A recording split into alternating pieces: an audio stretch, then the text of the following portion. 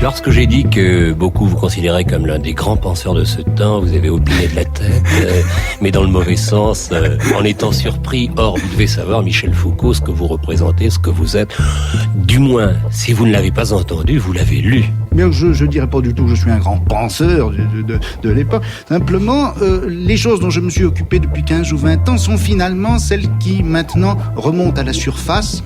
Je me fais un peu l'effet du type qui aurait fait la plongée, qui était dans sa cloche entre sable et rocher. Et puis voilà que maintenant, les bas-fonds remontent et je me trouve presque à la surface de l'eau. Salut, c'est Thomas Rozek. Dans ce podcast, nous donnons très régulièrement la parole à ce qu'on appelle communément des intellectuels, des chercheurs, des scientifiques, des universitaires, bref, celles et ceux qui contribuent à animer la vie des idées de notre pays. Et si cette dernière est indéniablement riche, elle peine cependant à se faire entendre, prise en tenaille entre d'un côté des médias mainstream qui favorisent le clash, le buzz, tant d'éléments qui s'inscrivent mal dans une pensée complexe, pour reprendre une expression bien connue, et de l'autre côté des réseaux sociaux où c'est l'expérience qui prime souvent sur l'expertise, et où là encore l'espace manque pour construire plus qu'un semblant de réflexion. Ce qui nous a amené à nous interroger. Quelle est la place aujourd'hui des intellectuels dans le débat public ? En ont-ils seulement une ? Ne seraient-ils pas tout simplement menacés de disparition ? Ce sera notre épisode du jour. Bienvenue dans Programme B.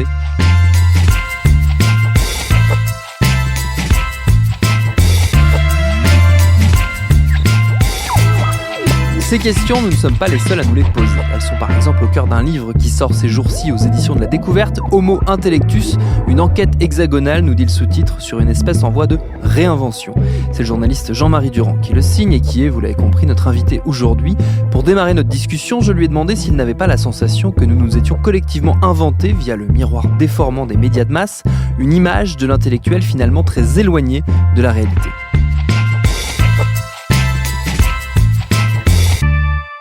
En fait, cette confusion sur la préhension du mot intellectuel, elle est vraiment elle est centrale dans le livre. C'est que je pense que c'est la clé du problème. C'est qu'aujourd'hui, ce qui est très frappant, c'est qu'il n'y a plus de définition partagée d'un intellectuel. Si on demandait ici même ou dans la rue, là, à quelques personnes ou dans un dîner, quel pourrait être citer un intellectuel, je pense qu'il n'y aurait pas un intellectuel qui viendrait en commun. C'est-à-dire quand il n'y a plus de définition partagée commune. Contrairement à une époque où passive ou lointaine, où tout le monde pouvait citer, je sais pas, Jean-Paul Sartre, bon, c'est évidemment la caricature, le modèle absolu, mais il y avait quand même l'impression d'un imaginaire commun sur qu'est-ce qu'est un intellectuel. Aujourd'hui, c'est plus le cas. Alors, il y a plein de raisons. Il y a évidemment le fait qu'aujourd'hui, le débat public est un peu confus, éclaté, complètement, disons, tiraillé de 10 000 manières.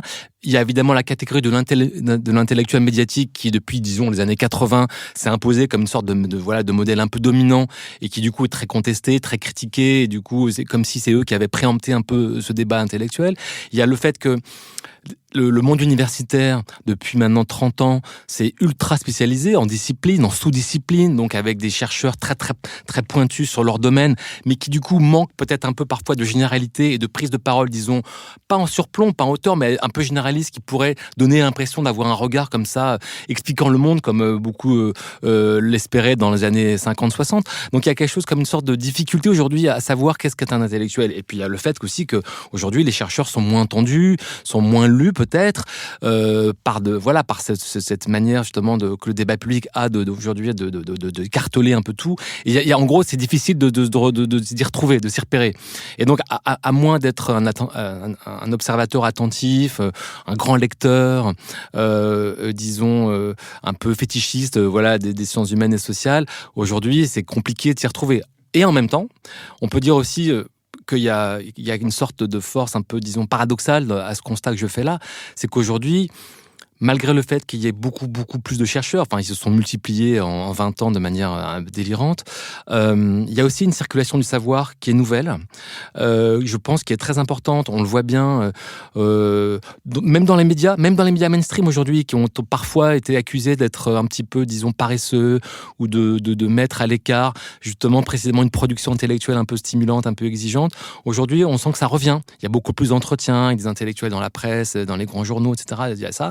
Et au-delà de ça, il y a une circulation du savoir dans plein de lieux différents, dans des lieux alternatifs, des lieux de débat en France, des festivals, des rencontres publiques, où on est toujours frappé. Ça m'a beaucoup vraiment marqué quand même en faisant cette enquête, c'est que il y a beaucoup de lieux où il y a des débats comme ça assez exigeants et le public est là. Alors c'est pas le public de masse absolue, mais on peut se retrouver dans un festival d'idées hyper pointues de philosophie dans Saône-et-Loire, une saison où il y a un public très exigeant, très très attentif, qui pose des questions très très habitées, disons importantes quoi. Et donc on sent qu'il y a une demande sociale aussi très forte, mais bon qui s'explique aussi politiquement. On voit bien qu'aujourd'hui le moment politique est tellement difficile, compliqué, qu'on a aussi besoin d'éclairage, d'analyse. Et donc du coup, je pense que finalement, dans le crépuscule que je décris un petit peu du monde intellectuel, surgit aujourd'hui, je pense, quelque chose d'un peu nouveau, un peu stimulant et que je documente par la production, par l'inventivité, par des modes d'écriture nouveaux, par des chercheurs qui aujourd'hui sont beaucoup plus ouverts à l'interdisciplinarité, des philosophes qui travaillent avec des historiens, avec des sociologues. Il y a aussi une volonté un peu de décloisonner beaucoup le savoir. Et puis, au-delà même du champ académique, c'est ça que je pense que c'est important aussi, c'est que j'ai l'impression qu'une génération de chercheurs aujourd'hui importante, sont assez soucieux de casser, disons, les frontières d'un académisme un peu figé, un peu nécrosé, pour s'ouvrir à d'autres champs de pratiques sociales, notamment en s'associant, en travaillant avec des artistes, avec des metteurs en scène, avec des militants, évidemment. Il y a vraiment une sorte d'alliance nouvelle, des stratégies d'alliance qui sont intéressantes et qui ouvre un peu ce que j'appelle l'intellectualité à autre chose que le monde académique lui-même, qui pour moi, malgré tout, reste la matrice de ce que j'appelle intellectuel. Pour moi, un intellectuel, ça reste encore un universitaire, mais qui n'en a pas le monopole. C'est que je pense que l'universitaire est encore un chercheur aujourd'hui qui souvent est un intellectuel, porte un regard sur le monde qu'il analyse à partir d'une pratique, d'un savoir expérimenté, et qui l'ouvre, disons, à un savoir plus général sur la société.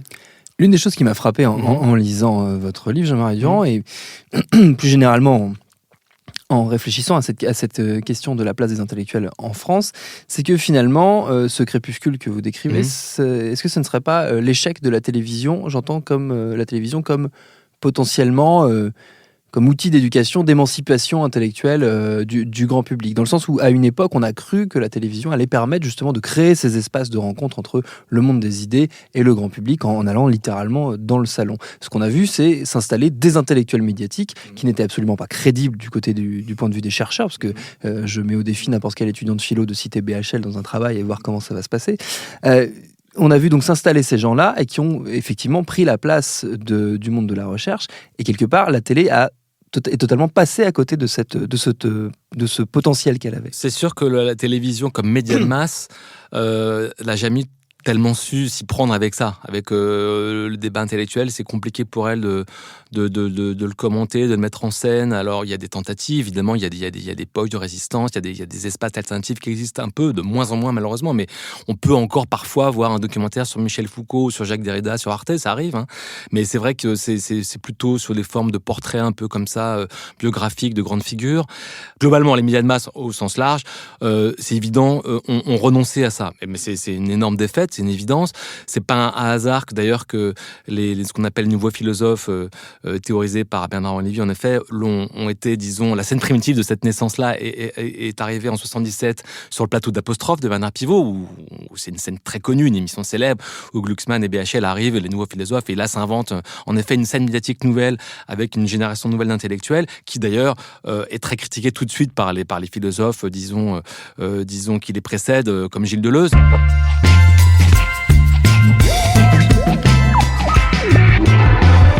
Bonsoir à tous. Il y aurait donc, entre guillemets, de nouveaux philosophes, une nouvelle philosophie. Est-ce l'effervescence parisienne de quelques esprits doués, ou bien un véritable mouvement philosophique structuré, profond, durable? Est-ce un coup de poker, un coup de marketing intellectuel, ou bien une sorte de révolution culturelle spontanée? Est-ce de la poudre aux yeux, ou bien une approche intelligente, originale de la vérité? Et puis, ces nouveaux philosophes sont-ils de gauche, ou bien sont-ils des philosophes de droite? on voit bien que, oui, la thématique a pris le pas. Et après, bon, voilà, le show, l'entertainment. Aujourd'hui, chez Laurent Ruquier, c'est vrai que les intellectuels qui viennent, c'est les Michel Onfray et les compagnies. C'est ceux qui font un peu du spectacle. Donc, mais là-dessus, j'ai l'impression que les intellectuels qui m'intéressent, ce que je défends dans le livre, voilà, on en pris leur parti. C'est que d'une certaine manière, ils ont compris que la télé n'était plus un enjeu pour eux important, et du coup, ils vont voir ailleurs.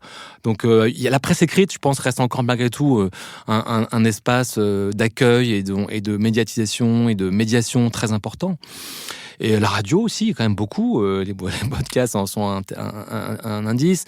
Voilà, et donc la radio publique est quand même encore un peu, heureusement, assez sensible à cette question-là. Et puis les rencontres publiques, les festivals, il y a encore la possibilité, par rapport à beaucoup d'autres pays, je pense. J'ai pas fait une enquête extrêmement précise, comparative avec d'autres pays, mais on peut le dire quand même de manière assez, disons spontanée, c'est que malgré tout, le débat d'idées reste en France un espace quand même assez prisé. Et par rapport à d'autres pays comme même les États-Unis. Les États-Unis, par exemple, la vie intellectuelle est très, très, très vivace, mais elle est complètement extérieure au monde médiatique. Ça n'existe pas. Elle reste cantonnée vraiment au monde, ce qu'on appelle des universités, au campus, où là, elle est vive, mais au-delà des campus, elle a du mal à vivre. Un philosophe ou un historien ou un sociologue américain a rarement des grands papiers dans les journaux, même le New York Times peut-être mis à part, mais je veux dire, il y a beaucoup de journaux qui ne font pas attention. Alors en France, voilà, un livre important, Patrick Boucheron ou Thomas Piketty, ils ont des unes de journaux, quoi. Enfin, donc on voit bien qu'il y a quand même une attention, une tradition historique malgré tout qui persiste, hein, et qu'il ne faut pas non plus complètement négliger. Il y a un autre défi pour le monde intellectuel que vous pointez du doigt à plusieurs reprises dans le livre, c'est sa grande précarisation aussi. C'est le fait que, même si c'est assez documenté et qu'on a eu l'occasion de l'entendre de nombreuses fois, on a parfois du mal à percevoir à quel point l'université, depuis 30 ans, est aux prises avec une réduction de moyens très très forte, ce qui forcément a un impact sur la vie des idées. Tout à fait. Ça pour le coup, bon, c'est vrai que c'est connu, ça a été documenté beaucoup d'universitaires le disent eux-mêmes, même notamment sur leur blog, mais ça m'a beaucoup frappé en faisant mon enquête, c'est que malgré tout, beaucoup des chercheurs sont confrontés, voilà, à une difficulté, j'allais dire, matérielle, à des ressources insuffisantes. Alors, pas forcément les chercheurs qui écrivent beaucoup, qui sont en poste à l'université, voilà, eux, ça va, mais beaucoup parmi leurs collègues, parmi des jeunes chercheurs qui sortent de thèse, qui sont en doctorat, qui n'ont pas de poste. C'est connu. Il y a énormément de chercheurs qui, après leur thèse, abandonnent, quittent l'université, tout simplement parce qu'il n'y a pas de poste, etc. Donc, si vous voulez, la massification de l'université depuis 30 ans a fait que les étudiants ont explosé, mais du coup, les postes même sont insuffisants. Et comme les politiques publiques sont un petit peu, comment dire, pour ne pas dire plus, disons, passives vis-à-vis du soutien de l'université, avec toujours cette obsession d'autonomie, mais sans donner les moyens vraiment aux universités de lettres, il y a un énorme problème. Et donc, si vous voulez, c'est ce qu'on appelle les intellos précaires, comme on dit aujourd'hui, sont extrêmement nombreux. Et ça, c'est un gâchis énorme, et je pense que c'est dramatique. Alors, si vous voulez, au statut de l'intellectuel français, déjà un peu écorné par son magistère, comme une sorte de prestige aujourd'hui un peu effacé, s'ajoute justement cette difficulté sociale, matérielle d'exister, fait qu'aujourd'hui, voilà, être un intello, c'est une sinécure. C'est vraiment aujourd'hui difficile pour beaucoup. Et il y a presque un gâchis, il y a une génération un peu sacrifiée aussi. Oui. Et donc, du coup, je pense que c'est un enjeu qui est malheureusement, je trouve, assez peu discuté publiquement. Enfin, on voit bien que c'est une question qui intéresse les gens qui s'intéressent de près à cette question-là, mais c'est pas un enjeu de débat public très fort, quoi. Dès qu'on parle d'université dans les médias, tout le monde, ça intéresse pas grand monde, alors qu'il y a vraiment un énorme souci, quoi. Et donc, je pense que c'est un problème très, très grave. Pierre Bourdieu, on vous connaît comme sociologue, on se souvient de votre étude intitulée « Les héritiers », une étude qui montrait que l'éducation nationale ne facilite guère le brassage social. Votre livre n'est pas toujours facile à lire, alors est-ce qu'on ne pourrait pas vous faire le reproche de vous protéger parfois derrière un jargon ? Je pense qu'il y a des exigences du discours scientifique. Enfin bon, ce que j'ai dit là se situe dans une tradition, c'est le produit d'une accumulation. J'apporte une pierre sur un tas, qui ont été apportés par des linguistes, par des historiens du langage, des sociolinguistes, etc. Bon, et du même coup, il est très difficile, de livrer à tout le monde quelque chose qui a supposé tout un travail collectif, souvent inconnu de ceux qui vont recevoir le message. Donc, je pense que c'est plutôt l'inverse faire ce qui est étonnant, c'est-à-dire que j'arrive malgré tout à communiquer les résultats de travaux difficiles presque au premier venu, parce que le rôle de la science sociale, c'est de rendre explicite complètement ce que tout le monde sait sans disposer des moyens de le savoir complètement.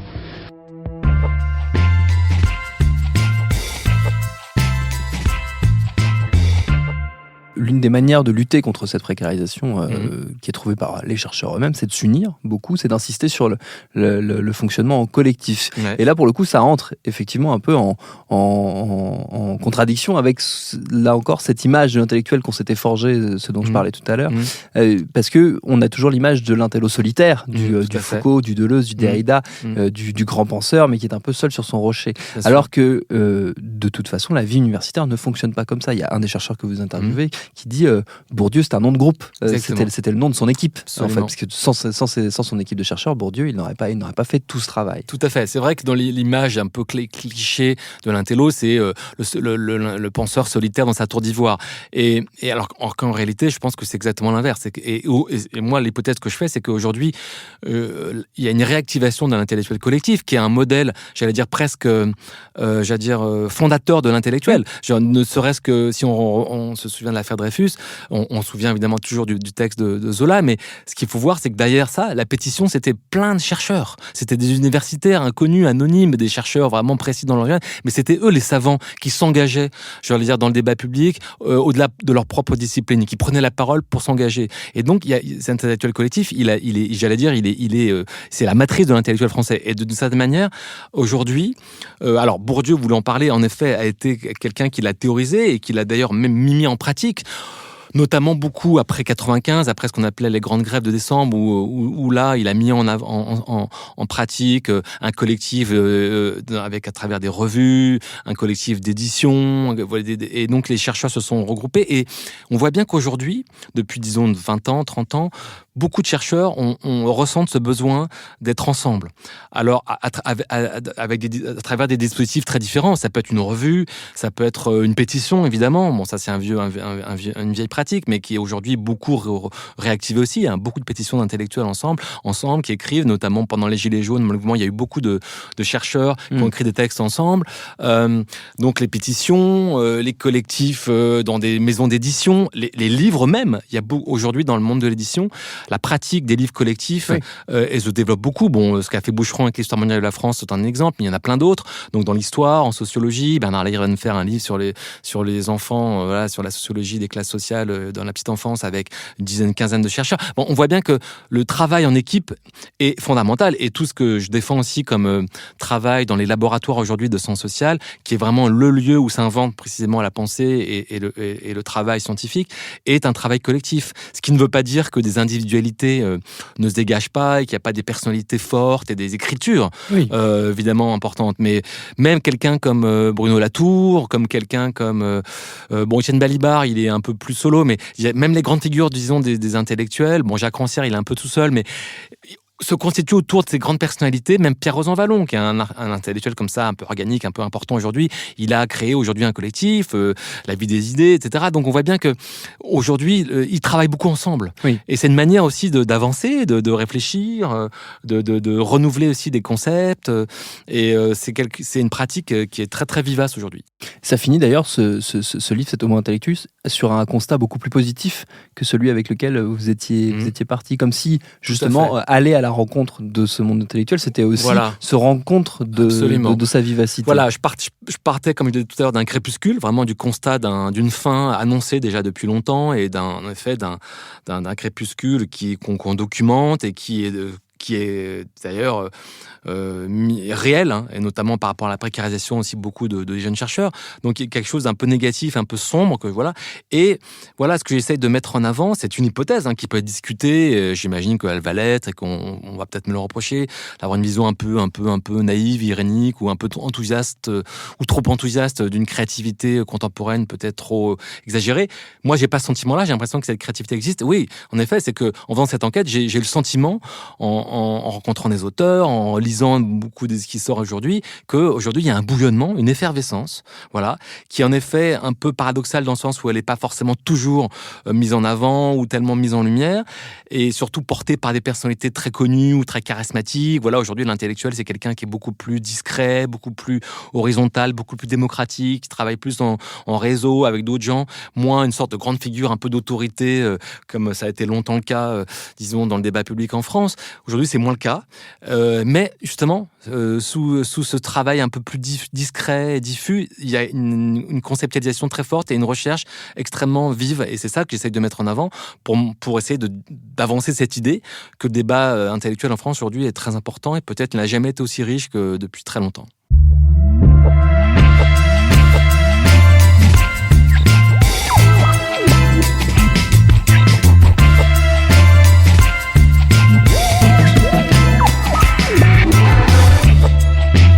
Ça n'est quand même pas tous les jours qu'on termine un épisode sur une note réellement positive, et c'est assez rare pour qu'on le souligne. Merci à Jean-Marie Durand pour ses réponses. Programme B, c'est un podcast de Binge Audio préparé par Lauren Bess, réalisé par Vincent Hiver. Abonnez-vous sur votre appli de podcast préféré pour ne manquer aucun de nos épisodes, Facebook et Twitter si vous voulez nous parler, et à demain pour un nouvel épisode.